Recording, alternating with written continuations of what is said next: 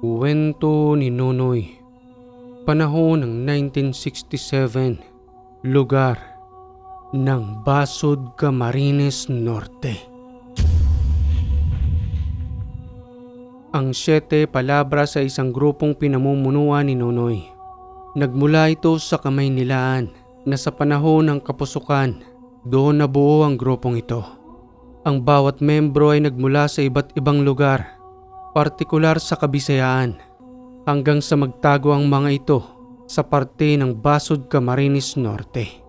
Si Nonoy ay nagmula sa pamilya ng mga manggagamot.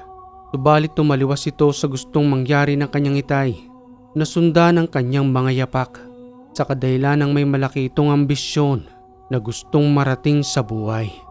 Gustuhin mang makatulong ni Nonoy, subalit sa maling paraan dahil sa pagkakabuo ng 7 Palabras. Ang salitang 7 Palabras ay nagmula sa salita ng Panginoon na nakalathala sa banal na aklat. Subalit ang kaisipan ng mga tao ay sadyang mapupusok na ginamit ang kaalamang ito sa kasamaan. Itay, salamat po sa lahat ng katuruan ninyo, pero kinakailangan ko magtungo sa Maynila. Hindi ko nakikita ang sarili ko para manggamot. Sapat na ho ang mga gamit na ito na inaayos ko. Wala ho talaga sa panggagamot ng kapalaran ko. Sana ho ay mapatawad ninyo ako, itay.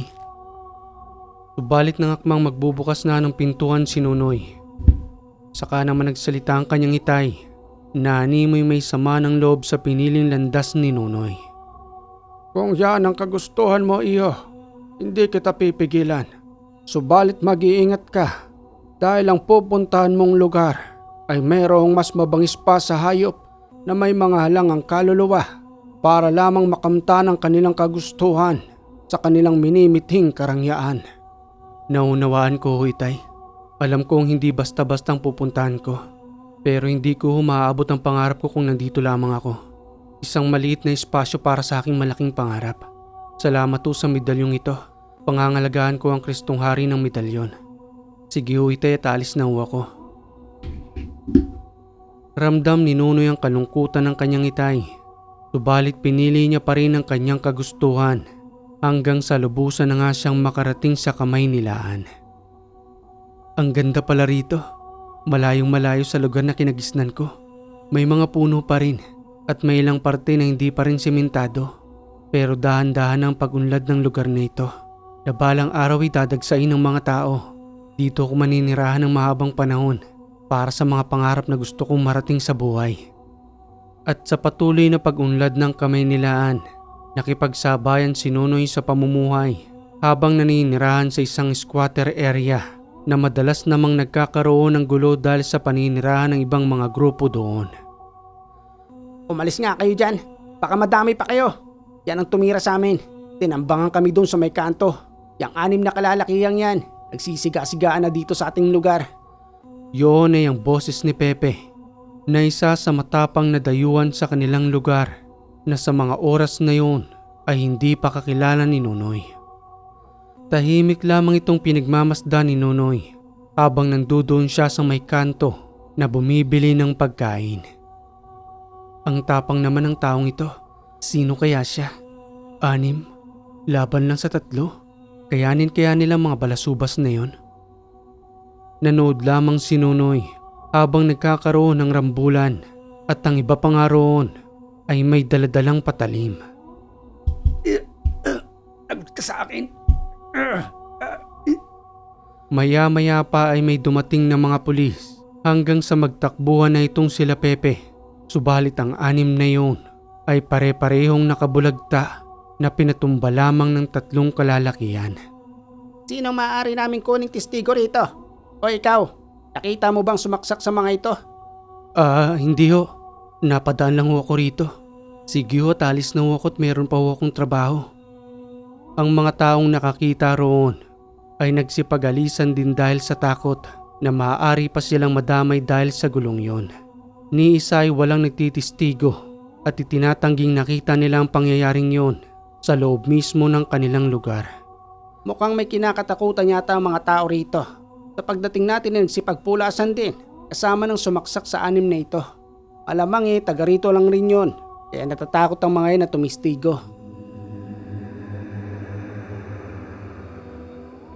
Kinabukasan ay nakita ni Nonoy itong si Pepe na nandoon lamang sa may kanto. Nakatambay lamang ito na parang walang nangyari na nagsisindi ng sigarilyo.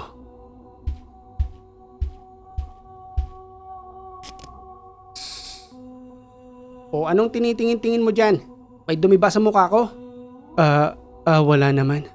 Pasensya na kung napatingin ako sa'yo. Makikiraan lang. Sa susunod na mapadaan ka dito, wag na wag mo akong tititigan ha. Dahil baka dukutin ko yung dalawang mata mo. Hindi mo ba ako kilala? Pasensya na ho.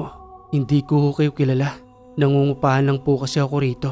At hindi talaga ho ako taga rito sa lugar na ito. Magdadalawang buwan pa lamang ho akong naninirahan dito. San ka bang lugar? Dahil parang mukhang Bisaya ka. Absuelto mga Bisaya rito. Halos karamihan sa lugar na ito ay hindi naman talaga lehitimong taga rito. Mga dayo lang rin.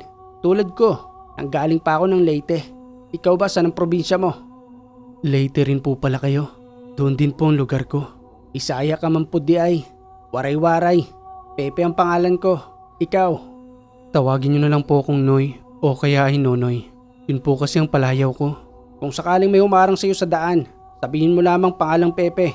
Kargo na kita. At kung sakaling may kailangan ka sa akin, ipagtanong-tanong mula ako rito. Alam ng mga taong naninirahan dito kung saan ako nakatago. Dahil hinahanap ako ng mga pulis. Sige na Nonoy, ikinagagalak kong makilala ka. Sikit may pupuntahan pa ako. Ang inaakala sa isipan ni Nonoy na itong si Pepe ay sobrang barumbado. Hindi pala, nakadepende lang rin sa taong kanyang kaharap ang maaari niyang pagmalupitan o gawa ng masama. May kabutihan naman pala itong si Pepe. Akala ko sasaktan ako kanina dahil sa patuloy na pagtitig ko sa kanya. Sa isang pier nagtatrabaho itong si Nonoy bilang isang kargador para matustusan ang kanyang pangangailangan hanggang sa isang gabi. Habang patuloy siyang nagpapahinga, bigla na lamang na may kumatok sa kanyang pintuan. Nagmamadali ito na tinatawag ang kanyang pangalan. Noy! Nonoy! Sino kaya ito? Sa 10 oras ng gabi may kumakatok pa sa pintuan ko. Dahan-dahan munang sumilip si Nonoy sa may trangkahan hanggang sa masipat niya itong si Pepe na may dugo ang muka pati na rin ang kanyang kasuotan. Halika't pumasok ka rito, Pepe. Ano bang nangyari sa'yo? Bakit duguan ka't may sugat pa sa iyong braso? Pasensya ka na Noy. Dito na ako malapit na tumakbo sa'yo. Ang dalawa kasi sa kasama ko, napas lang ng ibang mga grupo. Marami sila, kaya nang hindi ko na kinaya, tumakbo na ako. At ito ang nakita ko mas malapit. Itago mo muna ako Noy, hanggang sa makalagpas sila rito. Dagling itinago ni Nonoy itong si Pepe. Nilinis ang kanyang katawan at ginamot ang malalim na sugat nito sa may braso. Habang nagtataka naman itong si Pepe dahil sa mga gamit na meron itong si Nonoy. Isa kang mananambal? Dahil sa mga gamit na meron ka, manggagamot lang ang meron yan. Ginagamit ko lang ito kapag kailangan. Itinuro lang sa akin ng aking itay na mananambal. Kilala siyang manggagamot sa aming lugar. Kaya magpahanggang dito dala-dala ko pa rin ang kalamang ito. Ibig sabihin, may karga ka rin sa iyong katawan? Hindi na maiwasan yon kapag manggagamot ng tatay mo. Para na rin sa aming pag-iingat. Siya nga pala, saan ang galing ang San Benitong Guerrero mo? Nakikita akong malakas din siya. Yun nga lang ay napapabayaan ng dasal. Kaya siguro may sugat ka rin sa iyong braso. Pagkakasundo pala talaga tayo Nonoy. Pamana pa yun sa akin ng lolo ko bago siya mamatay. Tama ka, hindi ko na talaga siya napapakain ng dasal. Dahil iniisip ko rin na nagagamit ko na rin naman siya sa kasamaan. Baka hindi na rin tama. Ano ba kasing nangyayari? Dala ba yan ang kaguluhan sa lugar na ito? O ang kapusukan ng bawat isa? Kaya ang nagtutulak ay ang sitwasyon para pumaslang. Matagal na ang sigalot na ito Nonoy. At magpanggang sa ngayon ay wala pa rin tumitigil sa panggugulo. Kaya napipilitan kaming lumaban. Lalo na kapag sinasaktan nilang mga bata o pinagtitripan na wala namang kinalaman sa kanilang ginagawa. At yun ang di ko maatim dito. Kilala ko ng mga tao dahil sa aking tapang. Pero hindi nila alam na may kahinaan din ako. Baka pwedeng magpahinga muna ako Noy.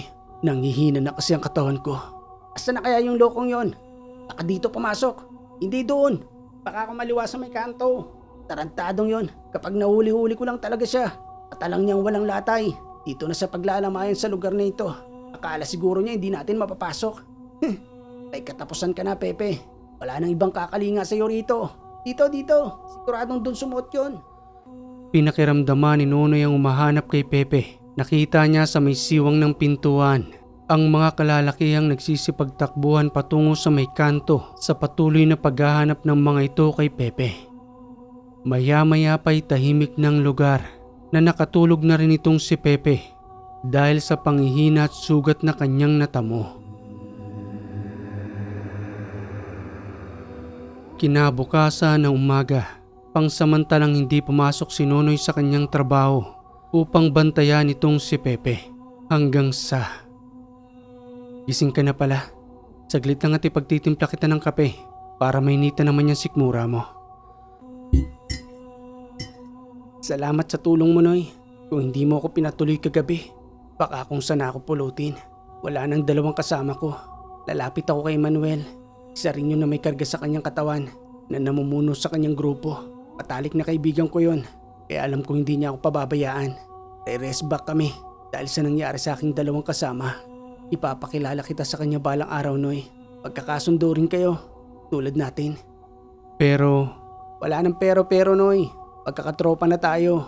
Pinaligtas mo ang buhay ko. Kaya kung sakaling may kumanti sa'yo dito kahit na isa, palilintikan sa akin. Pati na rin sa amin ni Manuel. Salamat nga pala sa paggamot mo sa akin, ha. Gumanda na ang pakiramdam ng katawan ko. Gumagamit ka rin ba ng orasyon? Oo. Lalo na sa panggagamot. Kaya pala... Parang nagkaroon ng dagdag na lakas ang katawan ko dahil pala sa orasyon ay kinarga mo. Di na ako magpapaabot ng tanghali rito, Noy. Dahil baka matsyempohan pa ako ng mga tarantadong yon. Kaya habang maaga pa tulog pa sila, magtutungo na ako sa teritoryo ni Manuel at doon ako lubusang magpapagaling. Salamat nga pala sa kape. Alis na ako, Noy.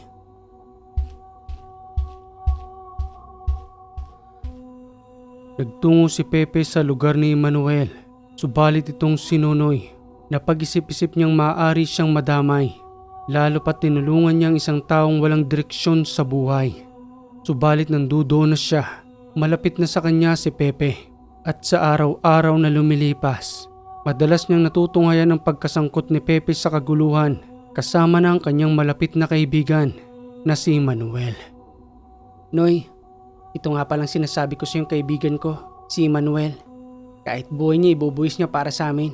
At ganun din naman kami sa kanya. Ikaw pala si Nonoy. Ipinagmamalaki ka sa akin ni Pepe. Mahusay ka raw. Salamat nga pala sa pagkakaligtas mo sa kanya. Maasahan mo kami rito. At maaari kang sumama sa amin. Yun ay kung gusto mo. Pero hindi ka namin pinipilit, ha. Depende lang yun sa pangangailangan mo. Kesa sa nagbubuhat ka na mabibigat dyan sa pier. Barya-barya lang kinikita mo dyan. Pero sa amin, papaldo ka. Anong ibig sabihin mong papaldo? Ako na magpapaliwanag sa iyo, Noy. Sayang ang abilidad mo kung hindi natin gagamitin para kumita ng mas malaking pera. Hanggang sa ipaliwanag ni Pepe kung papaano silang namumuhay roon at bakit sila'y ginagalang ng mga tao samantalang madalas nadadamay ang kanilang pangalan sa kaguluhan. Subalit hindi sila'y pinagkakalulo ng mga taong nandoon na matagal nang naninirahan. Ibig niyo bang sabihin, ginagamit ninyo ang inyong karga sa katawan para kumitil dahil sa pera? May dahilan ng lahat, Nonoy. At ang kinikita namin ay tinutulong din namin dito. Hindi lang yun para sa pangsarili namin. Marami rin kaming natutulungan. Pero mali ang pamamaraan. Alam kong layunin ninyo ay pagtulong. Subalit nang gagaling sa masama at ang lahat ng ito'y may hangganan. Alam kong alam ninyo yon. Pepe, mahirap naman palang kausap itong si Nonoy. Mamaya niyan kaliwain tayo nito at isuplong pa tayo sa kinauukulan. Pagtitiwala ka pa ba dyan? Ako nang bahala, Emmanuel, ang makiusap kay Nonoy. Huwag ka nang makialam dito. Manahimik ka na lang muna dyan. Noy, alam kong may mataas kang pangarap, pero hindi mo maaabot yan kung ganyan lang ginagawa mo. Kargador sa pier? Hanggang kailan pa? Kahit nahugod-ugod ka na, kahit na isang haligi ng tahanan, hindi ka makakapagpatayo. Sa pagkain mo pa nga lang at sa pangungupahan mo dito, kulang na. Ay, napabuntong hininga na lamang si Nonoy dahil sa mga sinabi sa kanya ni Pepe. May katotohanan naman ang lahat ng iyon, subalit muling bumalik sa kanyang isipan Ang dahilan kung bakit siya nagtungo roon, ang lubusang mabago ang kanyang pamumuhay na ipinagpalit niya sa kagustuhan ng kanyang itay. Pag-iisipan kong inalok ninyo, subalit sa ngayon ay hindi ko may papangako. Sige lang Noy, hindi ka naman namin minamadali eh. Basta sinisiguro ko sa'yo, gaganda ang buhay mo rito.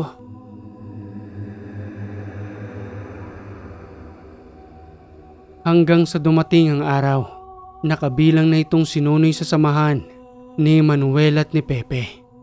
Mga tarantado, nandito sila. Etong inuutos sa atin ni boss. Malaking-laking halaga ang nakapatong sa ulo nila. Na kapag na-dedo natin to, siguradong paldo-paldo tayo. Kaya nung bahala dyan, dito naman kami sa kabila. Ano Noy, kaya na ba ng sikmura mo? Hindi ko alam, pero susubukan ko. Hanggang sa maling landas ng tinahak ni Nonoy, kasama itong si Manuel at Pepe. Makalipas pang ilang buwan, napansin nilang biyasa na itong si Nonoy at kakaiba ang kanyang abilidad na nakikipagsabayan sa pakikipagrambulan. Noy, tulungan mo ako rito. May tama ako. Halika rito Pepe, ako nang bahala sa kanila. Magpahinga ka na muna riyan. Gamit ang Indian pana, pati na rin ang mga sulpak.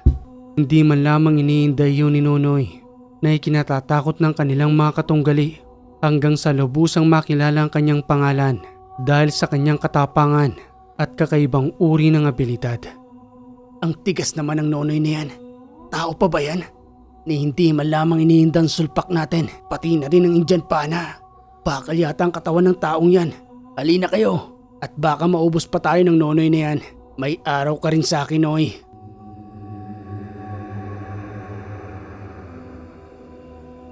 Salamat sa pagligtas mo sa amin, Noy. Siguro kung wala ka ron, baka lubusan na kaming nakuyog ng mga yon at nagkabutas-butas ang katawan namin. Pasensya ka na nga pala Noy. Kung dati pinagdudahan kita, yun pala ikaw pang magliligtas sa amin. Ano ba kayo? Kaya nga nangako tayo sa isa't isa, di ba? Walang iwanan, kahit na ano pang mangyari. Hanggang sa binuo ni Nonoy ang 7 palabras sa pangunguna ng pangalan ni Nonoy at Pepe, pati na rin si Manuel na isa rin sa namumuno sa kanilang samahan. Napakagandang pangalan ng grupo, Nonoy. Parang hindi basta-bastang matitibag. Nung araw isa ka lamang na tahimik na naninirahan dito. Samantala ngayon, bantog na ang pangalan mo, Noy, na isa sa kinatatakutan dito. Maliban pa sa amin, mabuti na lang talaga't nakilala kita at wala akong pinagsisisihan doon na ikaw ang ginawa naming pinuno. Siya nga pala, Noy, may papasukin tayo. Medyo malaking halaga ito na kapag naging planchado ang lahat, maraming magbabagong buhay sa atin. Pati na rin tayo. At kapag iniisip ko nga yun napakasarap ng buhay. Bibili tayo ng malaking lupain at ang 7 palabras. Doon maninirahan. Di ba napakaganda? Ano ang nasa isipan mo, Pepe? Papasukin natin ang isang bangko at kapag nakuha natin ang limpak-limpak na salapi doon, siguradong magbabagong buhay na tayo. Tama ba, Manuel? Tama ang sinabi niya, Noy. Ito ng tamang pagkakataon. Huwag na tayong mag-aksaya ng panahon pa. Pagyaman din naman ang hangarin natin, di ba? Doon na tayo sa mas marami. Ibubuwis lang rin naman natin ang buhay natin di doon na tayo sa mas malaki. At nang dahil sa pagudyok ng dalawa, mahigit 1 buwan din nilang pinagplanuhan kung papaano nilang papasukin ang isang bangko nang walang kahirap-hirap.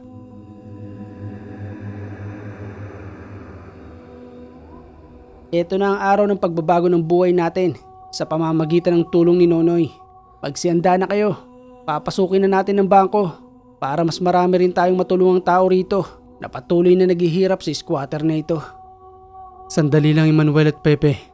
Kinakabahan ako na para bang may masamang mangyayari at ang aking medalyon ay patuloy sa pag-init. Ano ka ba naman, Noy? Huwag kang maniwala sa kabang yan. Siguro dahil excited ka lang. Dito ang tunay na paldo kapag nakuha natin ang salaping nandiyan. Ipinagpatuloy pa rin nila ang pagpasok sa bangko, subalit sa hindi inaasahan. Saktong may dumadaang patrolya na naging dahilan ng kanilang pagsakuta. Dumapa kayo. Dahil kung hindi, pauulan na namin kayo ng bala. Pare, pakipusasan ng mga ito. Pati yung nandoon para wala nang makatakas. Kayo palang 7 palabras Pagdudusahan ninyo sa kulungan ng ginagawa ninyo. Tingnan lang natin kung hanggang saan ang tapang nyo. Makakahanap kayo ng katapat sa kulungan na mas marami pang burda sa inyong katawan. Walang nagawa noon si Nonoy kung di dumapa at ang kaba na kanyang nararamdaman ay nagkatotoo sa pamamagitan ng mga pulis na yun. Ipasok ang lahat ng yan dito sa selda. Tingnan lang natin ang tapang ninyo, mga kawatan. Ito na nga bang ayaw kong mangyari, Pepe? Pero nandito na tayo at kailangan nating pagbayaran ng mga mali nating nagawa. Sa paglipas ng araw, buwan at taon, tuluyang nagbagong buhay sila Nonoy, pati na rin ang kanyang mga kasamahan. Noy, ilang taon na rin ang nakalipas. Siguro naman ay mapapalaya tayo ng mas maaga. Hindi naman tayo nagpasaway rito. Katunayan nga ginawa pa tayong pinuno sa seldang ito para maiwasan ang pagkakagulo. Gustong gusto nga tayo ni Warden dahil tumahimik ang seldang ito nang ipagkatiwala sa atin ni Warden. Sa loob ng selda, muli silang natutong humawak ng banal na aklat. Sabay-sabay silang nag-aral doon at patuloy na nangaral upang pagsisihan ang mga mali nilang nagawa. Natatawa ako sa nangyari sa ating buhay, Nonoy at Pepe. Mga dating barumbado, ngayon ay napakalaki ng pagbabago sa atin. Bilangguan lang palang magbabago sa ating buhay at hindi ang maraming salapi. Tama kay Manuel. Akala ko rin pera, pero hindi pala. Kung di ang banal na aklat na ito na nagudyok sa atin para magtungo tayo rito. Akala ko dito na tayo mamamatay. May pag-asa pa pala. May bagong buhay palang naghihintay sa atin dahil sa banal na aklat na ito. Noy, paglabas natin, turuan mo naman kami kung paano mo napapangalagaan ang medalyon mo. Kasi itong sa amin ni Manuel parang wala ng bisa. Dahil noong mga panahon na tarantado pa tayo, parati kami nasusugatan. Samantalang ikaw nananatiling nakatayo at wala man lamang ni isang sugat. Walang problema. Gusto nyo isama ko pa kayo sa bahay namin. Total wala na rin naman kayong babalikan. Buo pa rin ng 7 palabras sa pamamagitan na lamang nating 3. Pero wala nang karahasan at tulad ng ginagawa natin dati. Di hindi na tayo 7 palabras. 3 palabras na lang. Nagbibiro lang ako, Noy. Hanggang sa lubusan na silang napalaya dahil sa ipinakita nilang kabutihan sa loob ng selda na nakatulong sa ibang nanduroon upang patuloy na magbago. Ayos, palaya na tayo. Ano Noy, tutuloy na ba tayo sa lugar ninyo? Medyo malayo-layong lakbayin, pero ang mahalaga tahimik tayong mamumuhay ron. Sandali lang, may aaminin ako sa inyong dalawa. Nung nakarang araw lang hindi ko na sinabi sa inyo para hindi na kayo mag-alala patungkol sa akin. May natanggap akong liham at nanggaling yun sa aming lugar. Pumanaw na raw si Itay at ayaw kong makita ang kanyang puntod. Nakakahiya dahil nilisan ko ang lugar na yon nang hindi tinanggap ang kanyang kagustuhan para sa akin. Nakikiramay kaming dalawa sa iyo, Noy. Huwag mo isipin yun, Noy. Ganito na lang. Pagtungo tayo sa aking kapatid sa Camarines Norte. Doon sila naninirahan ng kanyang pamilya. Tagaroon kasi na pangasawa nun Naalala kong meron siyang gustong paalagaan sa aking lupa. Medyo masukal at bukid daw yun. Ayon kasi sa kanya nun napapabayaan lang ang lupang yon. Maaari ko raw pagtamnan para naman hindi masayang. Kaya subukan nating magtungo ron. Kung sakasakali maaari tayong manirahan. Kahit na gumawa lang tayo ng barong-barong. Basta ang mahalaga sama-sama tayong tuluyang magbago. Kahit na pangsamantala lang. Ano, paig pa kayo? Sa tingin ko mas magandang ideya yan, Pepe. Sakto may sapat pa naman tayong salapi na nanggaling sa mga ginawa natin sa loob ng selda. Ang pag-uukit ng mga paninda para sa mga dalaw. Huwag na tayong mag-aksaya ng oras pa. Magtungo na tayo roon.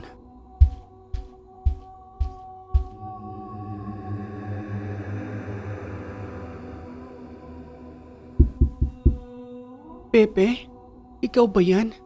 Ako nga ito, Ate Yumi. Pasensya na kung matagal na panahong hindi ako natungo rito. Ito lang kasi ang naisip naming puntahan. Sino yung kasama mo? Matalik na kaibigan ko. Mahabang kwento, Ate Yumi, kung paano kami nagtagpo-tagpo. Nasaan na pala si Kuya? Matagal nang pumanaw ang kuya mo at nag-iisa na lamang ako nagbabantay sa aking mga anak. Ganun ba? Bakit na hindi ka man lamang nagliham? Nagpadala ako ng liham sa iyo. Ikaw ang hindi na nagpapadala sa akin. Siguro dahil lumipat ka na naman ng ibang tirahan sa Maynila. Ano ba nangyari sa iyo? Ang tagal mong hindi nagpakita at nagparamdam sa akin. Akala ko nga kung napano ka na. Tulad nga ng sabi ko, ate, mahabang kwento. Baka pwedeng papasukin mo muna kami sa loob ng bahay mo. Gutom na rin kami. Sige, pasok kayo. Dagling na ganda ng pagkain ng Ate Yumi ni Pepe at nang makakain na nga sila roon, isinalaysay ng kanyang kapatid na babae ang patungkol sa nangyari sa kanyang asawa. Alam mo, Pepe, hindi namatay ang kuya mo sa sakit o kung ano man. Alam mo ba yung lupang sana'y papaalagaan ko sa iyo? Yun ang lupang minana pa namin sa mga magulang ng aking asawa. Subalit nang pinapangalagaan na ito ng kuya mo at doon ay nanirahan siya ng ilang araw, may nangyaring hindi ka panipaniwala sa kanya. Nilapa siya ng mga aswang na nanduroon. Noong una hindi ka maniniwala sa sinasabi ng aking biyanan. Hanggang sa nangyari na nga sa kuya mo, ang hindi namin inaasahan. Paring Nonoy, may alam ka ba patungkol sa mga aswang at kung paano natin sila tutugisin? Meron naman ang katuruan sa akin ng aking itay. Sa katunayan ng nasa Manila pa tayo, marami rin akong nakikita at nakakasalamuha. Pero sa mga oras na yon ay hindi sila nanggagambala. Nakikipagsabayan lamang sila sa mga tao dahil na rin siguro sa kagustuhan nilang mamuhay ng tahimik. Pero dahil dyan sa sinabi ng kapatid mo, malamang ay marahas ang naninirahan sa bundok na yon. Kaya pinaslang nila ang iyong bayaw. Huwag kang mag-alala, tutulong ako patungkol dyan. Ganito na lang po ate, itutuloy ko ng pangangalaga sa bundok na yon at yun talagang pinunta namin dito. Pero hindi namin nakalain na may iba pa palang naninirahan doon. Pero wag mo kaming alalahanin, hindi basta-basta yung si Nonoy. May alam siya na hindi namin alam na maaaring makatulong sa atin. Kayo ang bahala, Pepe. Sana'y may pagiganti yung aking asawa sa ginawa ng mga aswang na naninirahan doon.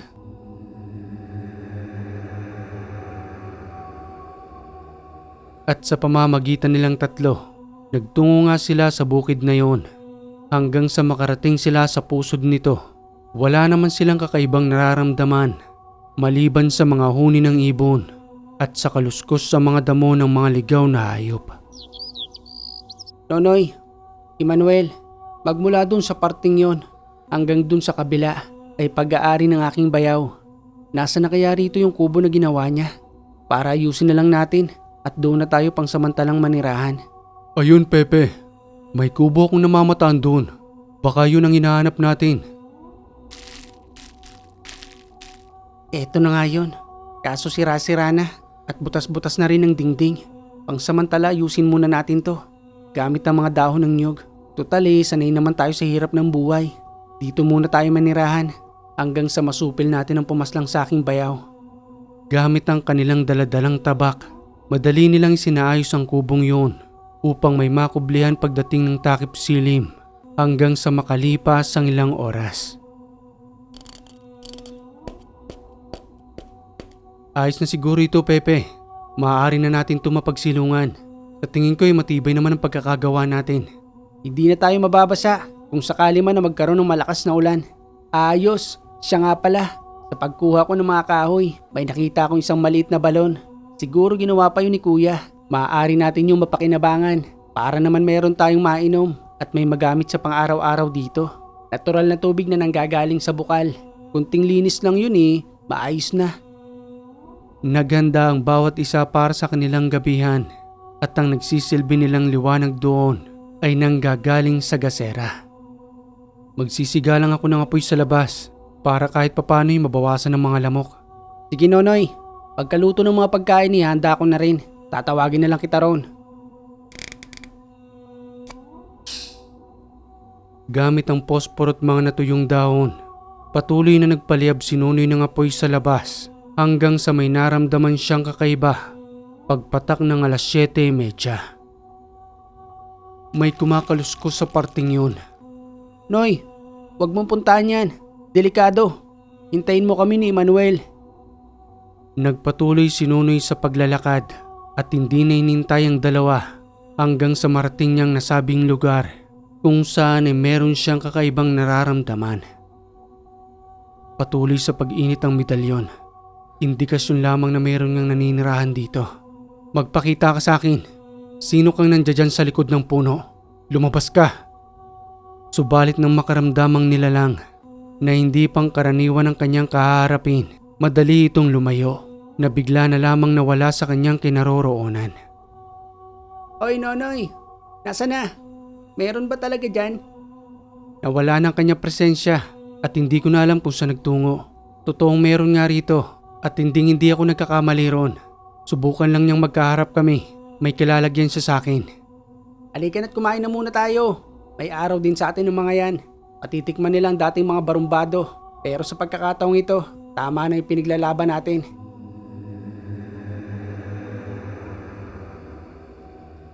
Unang gabi pa lamang yun ang kanilang pananatili roon. Kaagad nang may nagparamdam kay Nonoy na para bang ipinapahiwatig ng nilalang na sila ang naghahari sa kabukirang yun na walang maaaring makagambala sa kanila. Pepe, Emmanuel, wag kayong magpapabaya. Laksan ninyo ang inyong pakiramdam dahil ang maaaring makalaban natin ay hindi na normal na tao. Muli kong bubuhayin ang mga medalyon ninyo. Subalit sa pagkakataong ito ay gagamitin na natin yan sa kampo ng kadiliman. Siguro ito na yung tamang oras na para turuan mo kami. Yung plano mo sanang pag-uwi natin doon sa inyo. Yun nga lang hindi natuloy. Maaari bang dito mo na lang kami turuan? Siguro nga ito na yung tamang panahon. Pero ang una kong gagawin buhayin muna ang inyong medalyon para magkaroon kayo ng proteksyon. Akin at ilagay ninyo sa aking palad ang San Benitong Guerrero. Pati na rin ang iyong medalyon ni Manuel, ang medalyon ng Metatron. Malalakas na gamit ang tangan ng dalawa. Subalit dahil hindi ito napapakain ng mga dasal, nananatili na lamang itong palamuti sa kanilang katawan. Sa kadahilan ng habang tumatagal ang panahon, unti-unti itong nawawala ng bisa. O eto Noy, ikaw nang bahala dyan. Malaking tiwala namin sa iyo ni Manuel. Maya-maya pa sa unti-unting paglalim ng gabi, natulog na itong si Pepe at ni Manuel. Samantalang si Nonoy patuloy pa rin sa kanyang pagdarasal habang kinakargahan at binubuhay ang medalyon ng dalawa. Sa ngayon ay sapat na siguro ito. Bukas uli na umaga sa aking pagising, maaari ko ulit itong dasalan para lumakas ng espiritong gabay na nandirito sa medalyong ito.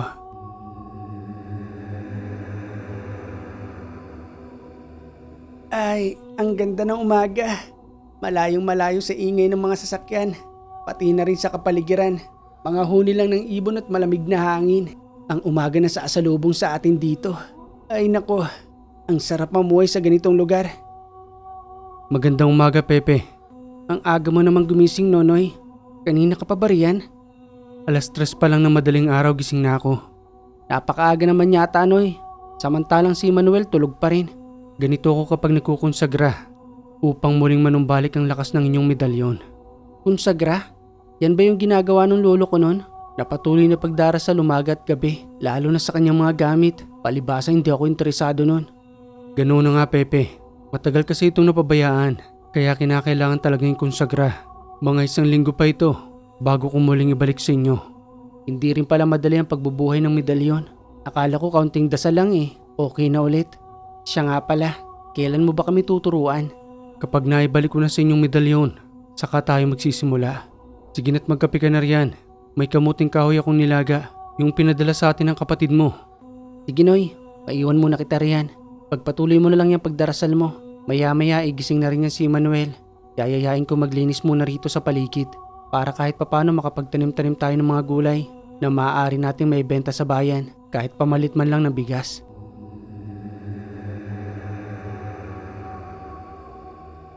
Makalipas ang ilang araw, nang matapos na ang pagkukonsagra ni Nonoy, agad niya namang ibinalik ang mga gamit sa dalawa at pagkatapos nga noon ay nagsimula na rin silang mag-aral. Huwag ninyong mamadali ng pagdarasal. Nanggaling kayo sa mga pamilyang may kaalaman, kaya nagkaroon kayo ng ganyang gamit. Imposibleng walang karga ang inyong katawan na nanggaling sa inyong mga ninuno. Kaya para sa akin, madali lang rin kayong matututo. Basta bataos lamang sa inyong puso ang inyong pag-aaral, mas madali niyong makakabisa ang lahat ng ituturo ko. Sige Noy, pipilitin namin ni Manuel na matutunan ng lahat ng yan sa abot ng aming makakaya at sa pamamagitan ng iyong gabay. Matapos ang 3 buwan na pag-aaral, ni isang nilalang ay wala man lamang muling nagparamdam sa kanila habang nananatili silang naninirahan doon sa pagbabantay ng kabukiran. Nonoy, salamat sa matyaga mong pagtuturo sa amin Kahit na medyo matagal kaming natuto, eto at hindi mo kami binitawan. Kung tutuusin mabilis na yon. Dahil nanggaling kayo sa mga ninunong may kaalaman. Magagamit nyo na yan ngayon, pero hindi na sa kalukuhan, kundi para makatulong na ng tama. Nonoy, Pepe, papaubos na nga pala yung mga pagkain natin. Baka maaari muna tayong bumaba sa bayan.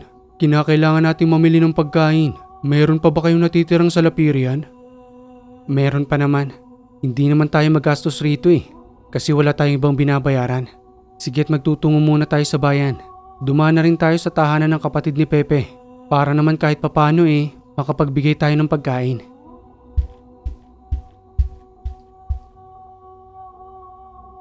At nang makarating na nga sila sa kabayanan, habang may daladalang sako bag kung saan nila inilalagay ang mga pinamili, maya-maya ay may matandang lumapit sa kanila habang nagwiwika ng, Pistado nindo ako. "Ano ho bang sinasabi ninyo? Hindi ho namin maunawaan." Dayo kayo sa lugar na ito Dahil hindi nyo naunawaan ang sinasabi ko. Yun ay sa salitang Bicol ng Norte na ang ibig sabihin ay kung nakikilala ninyo ko. "Hindi ka ho namin kilala. Bakit ho ba?" Sabay tawa ng matanda na nakakaloko na para bang nangaasar ito habang hindi makatingin ng diretso kay Nonoy. Ano nangyari, Noy? Bakit parang nanggagalaiti ka sa galit? Ano bang sinabi ng matandang yun sa'yo? At bakit parang pinagsakloban ka ng langit at lupa? Akala siguro ng matandang yun ay hindi ko malalaman kung anong uri siya. Ang lakas ng loob niyang lumapit sa akin, palibhasa maraming tao rito na hindi ko siya maaaring kantiin. Bakit ba kasi, Noy? Aswang ang matandang yun, ni hindi nga siya makatitig sa akin ng diretsyo. Maligaw ka lamang tanda sa bukid. Sinisiguro kong mawawala yung yabang mo.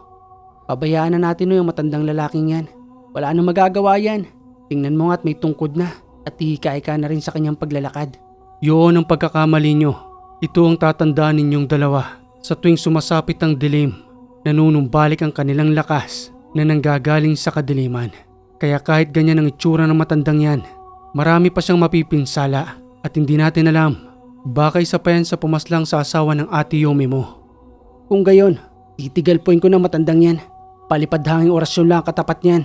Bubulagta na yan sa kanyang paglalakad. Pabayaan nyo na muna ang matandang yan. Wala pa naman tayong sapat na ebidensya, di ba?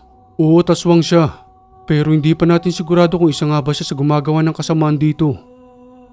Nagunos dili ang dalawa sa mga sinabi ni Manuel. At yun naman ay may katotohanan. Wala pa silang sapat na ebidensya kung tunay nga ba itong namiminsala at nakakagambala sa mga taong naninirahan doon. Salamat sa pagpapaunawa, Emmanuel. May mga binhi ng mga pananim doon. Siguro ay bumili tayo para madagdagan ng iba pa nating mga pananim sa bukid. At nang matapos na nga silang makapamili, dagli silang dumaan sa tahanan ni Yumi at iniabot ng ibang mga pagkain na maaaring makatulong sa pang-araw-araw ng mga bata. Ate Yumi, si Pepe ito. May mga dala kaming pagkain. Ang dami naman ito, Pepe. Nag-abala pa talaga kayo. Kailangan mo yun, ate. Kasi ikaw nang nagsilbing tatay at nanay nila. Kung siguro nga matagal ko nang nalaman na nawala na si kuya, baka kaagad ay bumalik ako rito para kahit papaano makatulong sa'yo. Tito, salamat po. Ang dami po namin pagkain. Magmula po kasi nang nawala si Itay, hirap na po kami sa pagkain. Kasi wala naman pong hanap buhay si nanay. Kaya po maliban sa pagtatanim ng gulay, nakikianihan po si nanay doon sa kabilang sakahan para po magkaroon ng pambili. Samantalang nung nabubuhay pa po si Itay, hindi po kami kinakapos sa pagkain. Hayaan mo, pamangkin. Palagi nang tutulong sa inyong tito. At ang pumaslang sa tatay mo, hahanapin namin siya. At hindi kami papayag na hindi namin maiganti ang tatay mo. Sino po bang pumaslang kay tatay? Anak, pumasok na kayo ron sa loob. Dalahin mo na yung mga kapatid mo, dali. Pati na rin yung ibang pagkain para sa inyo. Sige po, inay. Tara na rito, bunso. Bilisan mo. Paano ba yan, ate? Aalis na rin kami. Idinaan lang talaga namin dito yung mga pagkain. Kamusta naman kayo ron? Mabuti naman, Ate Yomi. Sa unang gabi namin may nagparamdam sa amin doon. Pero hanggang ngayon wala pa rin. Hindi na uli bumabalik. Siguro nakaramdam ng takot dahil sa kasama namin si Nonoy. Mabuti naman at maayos ang kalagayan nyo doon. Alam mo, sa totoo lang, Pepe, matagal ko nang ibinebenta ang lupang yon. Pero ni isa walang bumibili. Dahil alam nilang nangyari sa aking asawa. Kaya kahit sila, natatakot din. Hayaan mo, Yomi. Balang araw ay tatahimik ng lupang yon. At kahit na sinong tao ay maaari nang makapunta roon ng walang kinakatakutan. At sa muli nilang pagbabalik sa kanilang barong-barong na tahanan, nakita ni Nonoy na may isang lalaking nagtatakbo nang papalapit na sila roon. Hoy, tumigil ka. Anong ginagawa mo riyan? Mabilis itong nawala sa kanilang paningin hanggang sa makita nila ang kanilang mga gamit na nagkalat sa lupa. Peste, minamatyagan lang nila tayo at alam nilang walang tao sa tahanang ito. Ibig sabihin, nandiyan lang sila sa paligid na patuloy na nagmamasid sa atin. Ayusin nyo ng dalawang mga gamit natin. Lilibot ako sa paligid, baka sakaling abutan ko pa sila. 6:00 na ng hapon ng mga oras na yun. At dahil nga sa masukal ang paligid ng bundok na yun, mas maagang nagdidilim dahil na rin sa malalaking puno. Lumabas ka na ngayon. Nandito na ako. Hindi yung patago-tago lang kayo at saka atake nung wala kami. Magpakita ka kung nasan ka man ngayon. Hanggang sa may marinig si Nonoy na isang malakas na tawa na nanggagaling sa boses ng isang babae. Sino ka? At nasaan ka ngayon? Magpakita ka sa akin. Hanggang sa unti-unting lumalayo ang tawang yun na napalitan ng huni ng uwak at may papalayong pagaspas na nanggagaling sa di kalayuan. Noy, may nahuli ka ba? Pinaglalaruan lang nila ako dahil sa may kakaiba silang abilidad na bigla-bigla na lamang nawawala sa aking harapan. Hindi pala pangkaraniwan ng mga yan. Kaya pala madaling napaslang ang asawa ni Ate Yumi. Paano na lang kung ni isa sa atin ni walang kaalaman? Siguradong pinagpipesta na tayo ng mga yan at tuwang-tuwa ng pinag-aagawa ng ating katawan. Kamusta kayo rito? Nasaan ang mga aswang? Wala na, Emmanuel. Nakatakas na naman. Nag-isip ng paraan si Nonoy at nagbaon sila ng mga pangontra sa lupa sa bawat kanto ng kanilang barong-barong upang ni isa sa mga ito ay wala na muling makalapit. Ay sa sigurong ganyang kababaw. Hindi naman kailangan sobrang lalim, di ba, Noy? Ganoon na nga. Ang mahalaga ay may nakabaon tayo dyan para hindi na maulit ang nangyari. At nang matapos na nga nilang may sagawa ang pagbabaon ng pangontra, muli na silang nagtungo sa tahanan at doon ay nagpahinga. Alam mo, Noy, akala ko nung una hindi totoong mga aswang na yan. Akala ko nung bata pa ako. Ginagawang panakot lang sa akin noon ng aking lolo. Pero nang dahil sa nangyari kay Bayaw at sa mga natutunghayan ko ngayon, totoo pala talaga sila. Mga taong hindi pangkaraniwan. Mga taong may tinatagong itim na katauhan sa kanilang katawan. Ikaw ba, Emmanuel? Ngayon ka lang rin ba nakaranas nito? Sa talang buhay ko, ngayon lang ako nakaranas ng mga kababalagan. Kahit na nga ba barumbado't loko-loko tayo noon, na hindi ko na-encounter ang mga aswang na yan. Wala rin kasi akong pakialam nun eh. Pero may nasasabi na noon sa akin si Itay, patungkol nga sa medalyon na ibinigay niya sa akin. Pero dahil nga sa hindi naman talaga ako interesado, tinanggap ko na lang ang medalyon kahit na may sinasabi pa siya patungkol sa mga aswang na yan. Patungkol naman sa aking karanasan, dahil nga sa kagustuhan ni Itay na ipasa sa akin ang lahat ng kanyang kaalaman, tinuruan niya ako at isinama sa pagpaslang. 3 aswang ang nabawian ko ng buhay. At pagkatapos nga noon, hindi ko pa rin tinanggap ang inalok sa akin ni Itay. Dahil sa pag-aakala kong sa Maynila ako may sasakato para ng mga pangarap ko. Pero hindi ko lubos maisip na babalik pa rin pala talaga ako sa ganitong buhay. Sabi nga sa kasabihan kung ano yung puno, siya rin ang bunga. Kaya ito tayo ngayon, naghihintay ng pagsalakay ng mga walang kaluluwang aswang. Habang nakahiga at nagpapahinga sa barong-barong, napag-isip-isip ni Nonoy na baka may templo ang mga ito na nandiyan lamang sa paligid na kung saan sila sumasamba at doon naninirahan. Napaupo si Nonoy sa kanyang pagkakahiga at naisip na gumawa ng tansong punyal na maaari nilang gamitin sa pagpaslang. Naalala ko nga pala, Pepe at Manuel, ang tansong ipinagamit noon sa akin ni Itay para paslangin ng 3 aswang. Pero hindi ko nadala yon at iniwan ko lang sa aming tahanan. Bukas na bukas rin, muli tayong babalik sa bayan para maghanap ng maaaring mabiling tanso na gagawin nating punyal para sa kanila. Natatakot ang mga aswang pagdating sa tanso. Nasusunog ang kanilang laman kapag nalalapatan sila nito. Maliban pa sa pagkarga ng mga usal para mas lalong maging matatag ang punyal. Sumasang-ayon lang kami sa lahat ng plano mo, Nonoy. Dahil nagtitiwala kami sa lahat ng karanasan mo. Walang problema, bukas na bukas rin. Bababa ulit tayo ng bayan.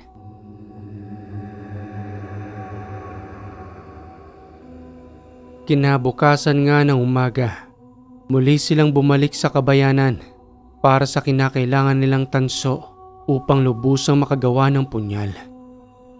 Sana nga ay may makita tayo dahil kadalasan ginagamit lang ang tanso sa paggawa ng bangka sa kadahilan ng hindi ito kinakalawang, hindi tulad ng pakong bakal na kapag nabasa mo lang ng tubig alat, madali na yung nasisira ng kalawang.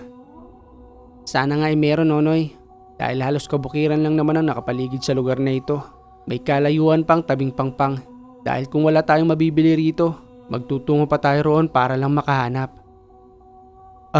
Ale, saan ho ba may tindahan ng tanso rito? Subukan ninyo magtungo roon kay Marlene. Ang alam ko'y nagtitinda siya ng tanso.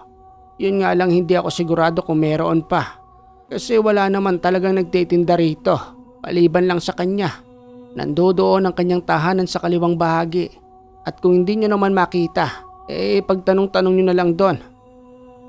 Sige ho, marami hong salamat. Pagtutungo na lang ho kami ron sa sinabi ninyong tindahan. Saan bang parte yun dito? Ito yung kaliwa, pero wala namang ibang tindahan. Ginugoyo yata tayo ng matandang yun Ayun Pepe, may nag-iisang tindahan doon. Baka yun ang sinasabi ng matanda. Magandang araw ho sa inyo.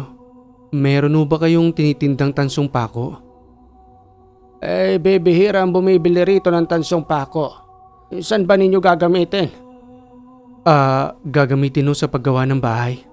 Bahay? Tansong pako ang gagamitin ninyo? Ganoon na nga ho. Abay, kakaibang bahay. Tanso ang ginagamit. Malambot yon para sa inyong tahanan. Maaari yung maputol kinalaunan. Pakong bakal na lang kunin ninyo kesa dun sa tanso. Marlene, may tao rito sa tindahan. Naghahanap ng tansong pako. Magandang araw po sa inyo, Ginoo. Pasensya na po dahil wala na rin pong tansong pako rito. Kasi po magmula noon na bibihira naman po talaga kasi ang bumili. Inatitenga lang po yung kapital ko. Kaya nang maubos yung mga paninda kong tanso, hindi na po uli kami nag-restock. Meron naman po kaming bakal na pako dyan. Bakit po hindi na lang yun? Tanso po kasi talagang kailangan namin. Sige ho't maghanap na lang ho kami sa iba. Walang ibang napiling paraan ng tatlo kung di magtungo sa ibang bayan na may malapit na karagatan. Siguro naman meron na dito, Noy. Pinahihirapan tayo makahanap ng tanso Ayun at may isang malaking tindahan. Sigurado ako 100% mayroon ng tansong pako dyan. Dagli silang pumasok roon at kagad ding nagtanong. Magandang araw po. Meron po ba kayong tindang tansong pako rito? Meron. Hindi naman kami nawawala ng panindang tansong pako. Isa yun sa pangunahing kailangan ng mga panday ng bangka rito. Kaya hindi kami nagpapaubos. Ilang kilo ba kailangan ninyo? At nang makabili na nga sila roon na sasapat sa 3 punyal, kagad na rin silang umalis na muling bumalik sa kanilang barong-barong na tahanan. Pepe at Emmanuel, tulungan niyo akong humulma ng hugis punyal sa lupa habang dinadarang ko sa apoy ang mga tanso. At kapag nalusaw na ito, ibubuhos natin sa lupa sa hugis punyal na inyong hinulma.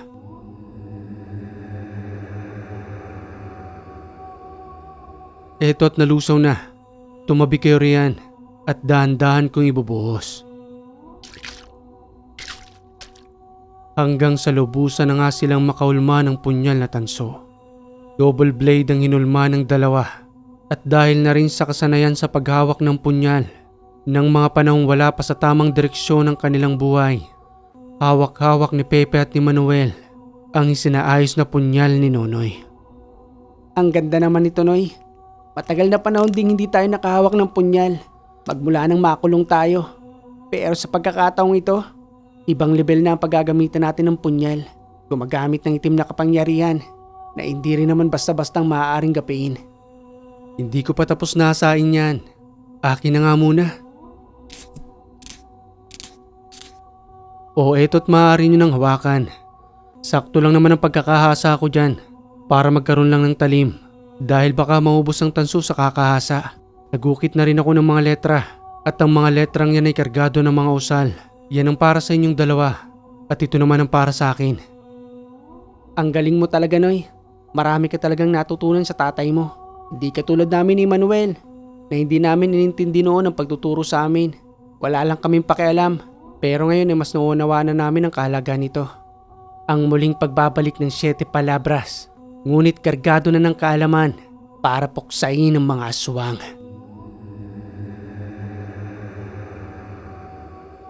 Alas 4 ng madaling araw, habang mahimbing silang natutulog, may narinig silang isang malakas na alulong ng aso at nanggagaling yun sa may kanluran kung saan ay may nagsisipaglakihang mga puno. Nonoy, Emmanuel, gising na ba kayo? Kanina pang alulong ng alulong yung aso dun. Kanino kayang alaga yon? Wala naman tayong alagang aso rito. Kanina pa akong gising at nakikiramdam. Hindi na rin ako makatulog. Bagmula nang marinig ko yung alulong ng asong yun. Halika kayo tingnan natin. Totally madaling araw na rin naman. Dalahin ninyong tansong punyal. Dahil hindi ako nagkakamali sa aking pakiramdam at ang medalyon ko ay patuloy sa pag-init.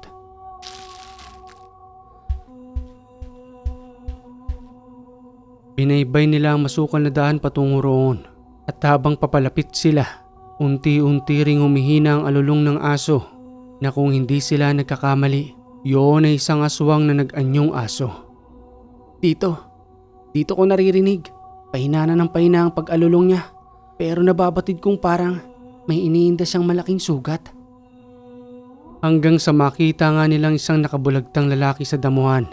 Wala ito ni isang saplot habang may malaking sugat sa kanyang tiyan na patuloy na nagdurugo. Sino ka? At bakit nandirito ka sa ganitong oras? Isa ka bang espiya ng mga aswang? Tulungan ninyo ako. Oo, aaminin ko sa inyong isa akong aswang. Pero tumaliwas ako sa kanila. Kaya ganito ang nangyari sa akin dahil sa tinugis nila ako. At dito ko naisipang magtungo sa lugar ninyo. Dahil baka matulungan din ninyo ako sa aking pagbabago. Ayaw nilang umalis ako sa templo. Pero mas pinili kong gawin ng tama. Dahil ayaw ko nang pumatay ng tao. Paano naman kaming makakasigurong nagbago ka na? Ako mismo ang magpapatanggal ng sumpa sa aking katawan. At sa pamamagitan mo, nakikita kong matutulungan mo ako ron. Kayong dalawa ano sa tingin nyo? Tutulungan ba natin siya o tutuluyang paslangin? Sa tingin ko sincero naman siya sa gusto niyang mangyari. Bigyan natin ng isang pagkakataon at malalaman din natin kung nasaan ang sinasabi niyang templo. Siguradong doon sila naninirahan. Magagamit din natin siya para doon.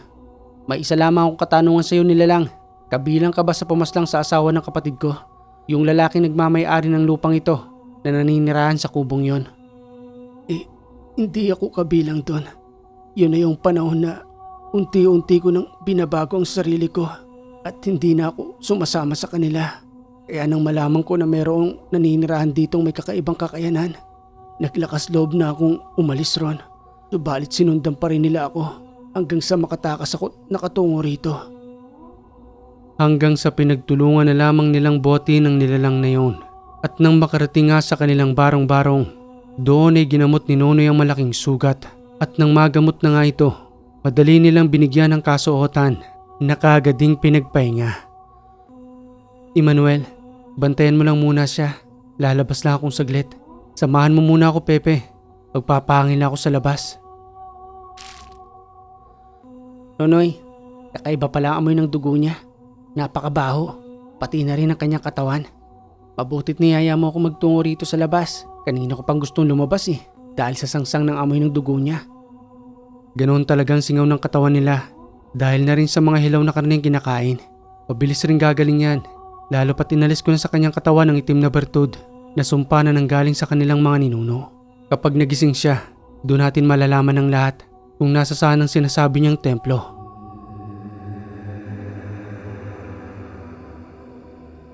Makalipas ang ilang oras, hapon na nang muling magising ang nilalang na kahit papano'y nakabawi na ng kanyang lakas hanggang sa mapansin ni Yoni Manuel na nagtungo kay Nonoy. Noy, gising na siya.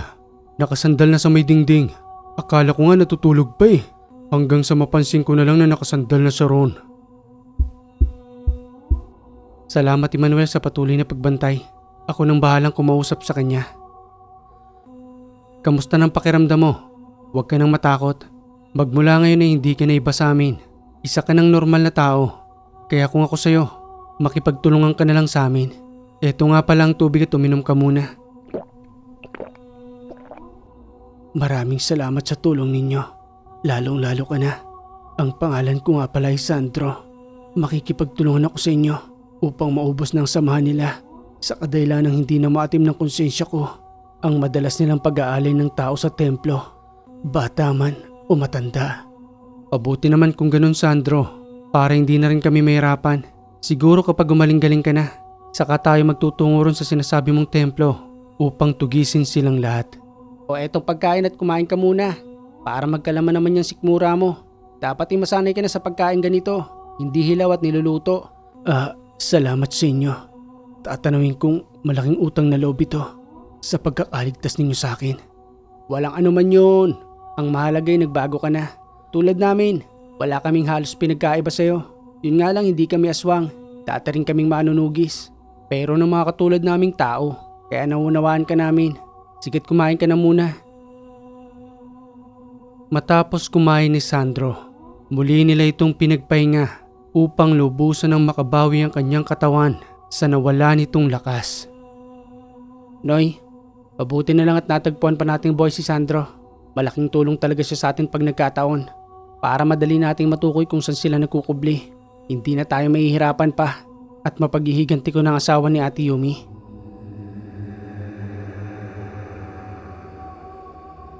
Ayos at nakakatayo ka na, Sandro. Magaling na ba ang sugat mo? Salamat uli sa inyo at magaling ng sugat ko. Sa ngayon ay masasabi kong maaari na tayong magtungo ron. Sigurado ka? Kaya mo na ba? Kayang-kaya na ng katawan ko at nandyan naman kayo para alalayan ako. Kagad silang apat na nagpulong na pinag-usapan ng pagtungo sa templo at kung saan sila maaaring dumaan hanggang sa lubusang makarating roon. 3 pinto ang mayroon sa templo at sa bawat pintong yon may mga nakabantay roon. Ang templong yun ay yari lamang sa mga natural na gamit, yari sa sawaling dingding at ang bubong naman ay yari sa kugon. Yun ang pinangalagaan at kinalakihan naming templo. Marami sila roon, nasa 30. Huwag kang matakot, Sandro, kami nang bahala sa kanila. Pero may pakiusap ako sa inyo, nawa ay nanduduhon pa ang aking asawa at mga anak. Tulungan niyo akong iligtas sila. Yun ay kung maaari lamang. Oo naman, Sandro. Tinulungan mo kaming mahanap sila. Tutulungan ka rin naming mailigtas ang iyong pamilya. O paano ba yan? Maganda na kayo. Sa dahan-dahang pagsakop ng dilim sa liwanag, magtutungo na tayo kung saan ang templo na sinabi ni Sandro. 6:40 ng gabi nang umalis sila roon at nang makarating na nga sila sa lugar, ramdam na ramdam ng 3 pangingilabot nang masulyapan nilang sinasabing templo, habang sa paligid naman ng bakod nito ay may mga nakasabit pang bungo ng hayop at tao. Sandro, wala ka ng kakayanan para harapin sila. Maiwan ka rito at magkubli. Kami nang bahala sa iyong pamilya. Itinuro mo naman sa amin kung saan ang iyong tahanan at alam kong hindi sila lalabas roon dahil na rin sa pagbabago nila katulad mo. Pepe at ni Manuel, 3 pintuan ang sinabi ni Sandro. Alam nyo na ang gagawin. Doon ako sa gitna at ikaw naman sa kaliwa, Pepe. Sa kanang bahagi ka naman ni Manuel.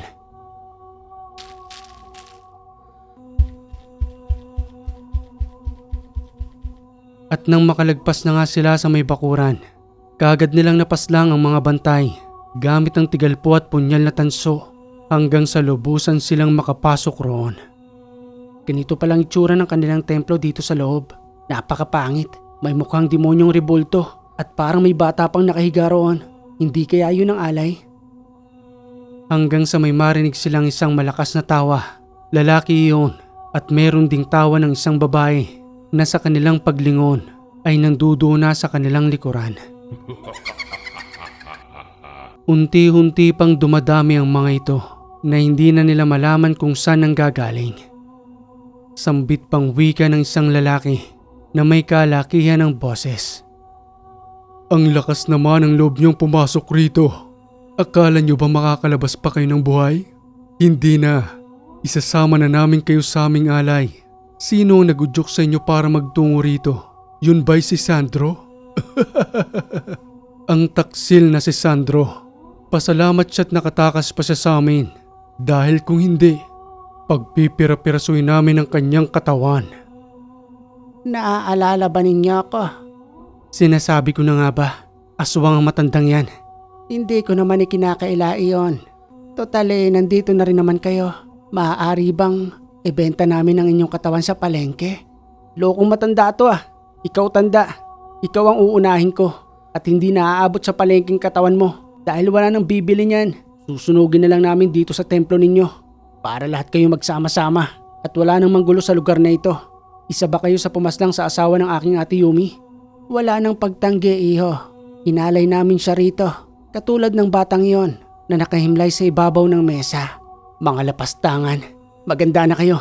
Nonoy, dito ay nanunumbalik ang katarantaduhan ko. Lilipuli natin sila maliban sa pamilya ni Sandro. Hanggang sa lubusan nilang malipol ang lahat gamit ang kanilang kaalaman, pati na rin ang punyal na tanso. Sandro? Sandro? Nandiyan ka pa ba? Nandito ako, Pepe. Eto ng pamilya mo. Salubungin mo na sila. Ang pamilya ko. Subalit itong si Nonoy ay daladalang may buhay pa ang pinakapinuno sa may mesa kung saan ay doon ito inihiga. Emmanuel, alisin mo ang batang alay na yan. Nonoy, may buhay pa ang batang ito. Patuloy lang siya sa kanyang pag-iyak. Mabuti naman kung ganon. Buhatin mo siya at dalhin doon. Isasama natin siya sa ating pag-uwi. Ikaw naman na pinakapinuno ng mga aswang na ito.